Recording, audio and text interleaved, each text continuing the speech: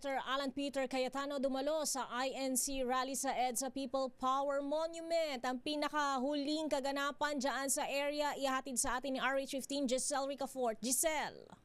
Miss Thea, dumating si Senator Alan Peter Cayetano dito sa rally ng Iglesia ni Cristo sa EDSA People Power Monument. Present din dito kanina sina Senator o Congressman Leandro Leviste, dating Congressman Mike Defensor at si Atty. Ferdinand Topacio, nakadarating-dating lamang dito ngayon. Mahigit 13,000 katao na yung dumagsa sa rally ng INC, hindi nila alintana yung pabago-bagong panahon. Ayon sa National Capital Region Police Office, hindi rin nila alam kung hanggang kailan itong pagtitipon, pero sumiselyo na raw ng permit ang grupo sa ngayon.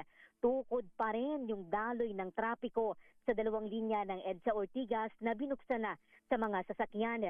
Pero yung parehong east at westbound lane nitong White Plain Avenue sa Quezon City, hindi mahulugang karayom ng mga INC member na yung ibig sabihin, hindi pa rin ito mapasukan ng mga motorista. Kaya naman nagpahayag ng kanilang saloobin yung ilang grupo ng transportasyon.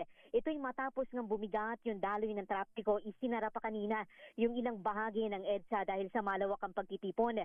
Ang sinasabi ni Pasang Mazda President Obet Martin sa panayam ng DZRH News kanina, kinikilala nila yung karapatan ng mga miyembro ng INC na magpahayag ng kanilang saloobin, pero hindi dapat sa paraan na maaabala yung hanap buhay nilang mga nasa pampublikong transportasyon.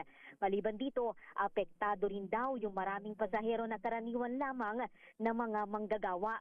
Umapilan naman si Manibela Chairperson Mar Balbuena na sana daanin daw sa mahinahon na paraan at iwasang magkaabala ng mga motorista maging sa hanap buhay ng mga tsuper ng mga mag-aaral. Sa kabila nito, kaisaan niya sila ng mga miyembro ng INC sa paghahanap ng transparency at ng accountability o ng pananagutan.